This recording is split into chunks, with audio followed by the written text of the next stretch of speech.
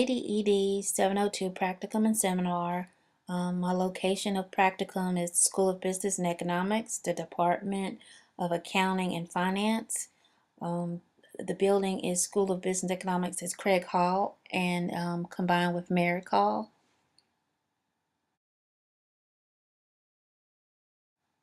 My site supervisor is Dr. Diana Robinson. She's an associate professor at North Carolina A&T. My name is Natasha Crisp. I will be doing the presentation for my adult education practicum class. The accounting department is one of the first accounting programs at a historical black college and university to receive the prestigious accreditation of AACSB International. This accounting program is one of the largest producers of African American certified public accountants in the nation. Graduates of the accounting department complete the requirements for professional certifications such as the CPA and CMA. I had the pleasure of working with the seniors of the advanced accounting class. Some of the program or activity objectives was to basically have basic problem solving skills to increase pragmatic effectiveness, and we wanted them to learn to be more assertive and increase their scores. Dr. Robinson and I wanted to include in the discussion forum activities because she had voiced some concerns with this group of students. Past instructors had noticed these students had not bonded like previous seniors. So after assessing some of her concerns, we concluded by providing a student lounge with weekly assignments and making a discussion forum that they would be forced to work together, collaborate, and extend their hand to help one another. We also wanted the students to take the lead in their education. We wanted them to take ownership for their education. They had an assumption by Dr. Robinson that she would hold their hands and lead them to the answers they needed, but I could tell by her actions within the classroom, she is a liberal. She provides the content. She is the expert, but she's also nurturing. To an extent, she wants their environment to be comfortable where they can express their ideas and concerns without being dependent on her thoughts for every answer.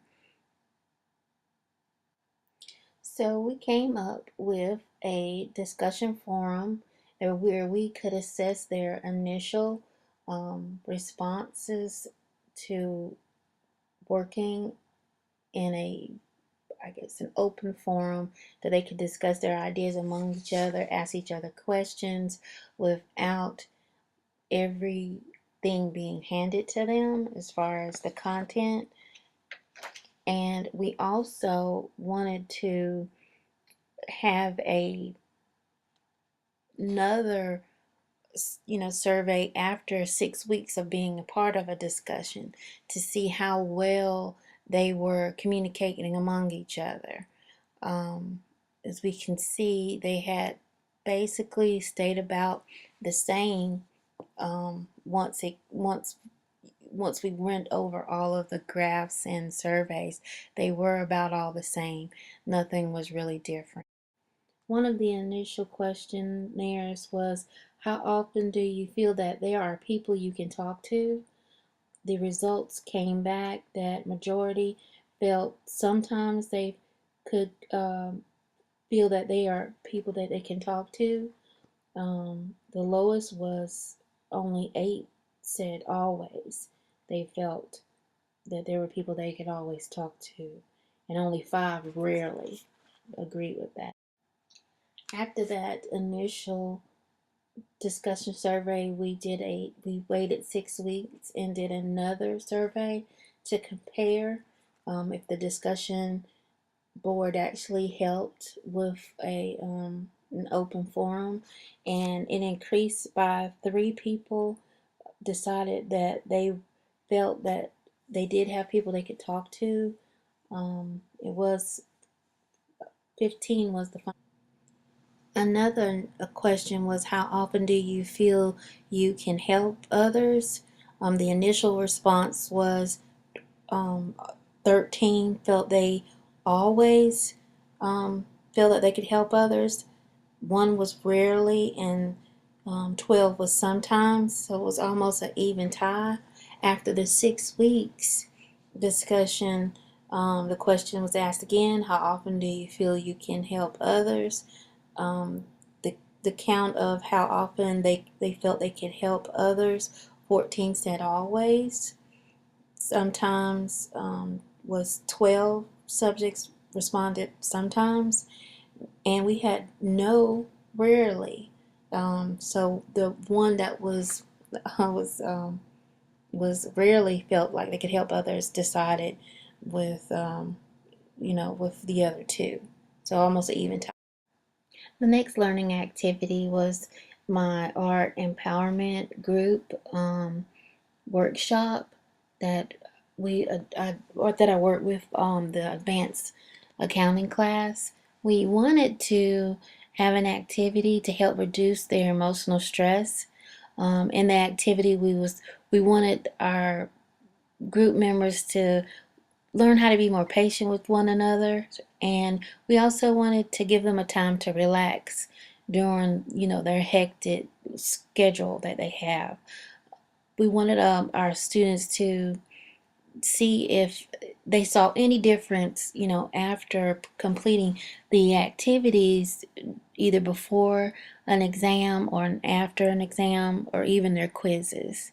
It was a 3 session workshop, and we hope that all students would benefit from the activity and reduce some of their stress levels. Some of the studies that I had researched basically said that it had been proven that art activities would cause a person to have a relaxed state of mind, and therefore reducing those high anxiety levels. People with health deficiencies, as far as mental deficiencies, had shown significant improvement when it came to relaxing and releasing some of that anxiety and stressful. So what we did was I created an activity where they could actually take paper and combine it with a focal and make it into a piece of art. They were actually necklaces by the end of the workshop. By the end of the third session, they had completed their focals, and as you can see, they all had a lot of variety of their own ideas. They combined a lot of art elements that a lot of them had felt like they had forgot about, but once they started working with the activity, they kind of brought back all of their old art classes. One of the students had said it was like having her old art class, and she really enjoyed it. We then, after that after those sessions, we put an art empowerment group survey up for them to participate in. And some of the results showed that the students felt they were able to create the necklaces. They wouldn't change anything in the sessions, but they would like to add things like quilt making, candle crocheting, and they did feel like that they did see a significant difference in their stress levels after and before their test taking. It was all very positive, and I really enjoyed that class. One of their survey questions was, in general, how satisfied are you with the art empowerment group? Um, we had, out of 19, 11 felt that they were very satisfied with the art empowerment group. I had one student reply, I was able to focus on something else other than advanced accounting. It was especially enjoyable activity. Another one, I really enjoyed the art empowerment group because I was the first in a long time I was in a classroom setting, and I didn't have to worry about what correct answer what correct answer there was. The activity was very relaxing, creative, and fun. I enjoyed seeing my peers' creative side. So we got a lot of positive feedback from the art empowerment group activity. So well, I was really pleased with this activity. And the last question I'm going to share was, having participated in an art empowerment group activity gave me some time to relax, and their choices were a lot, a little bit, or somewhat.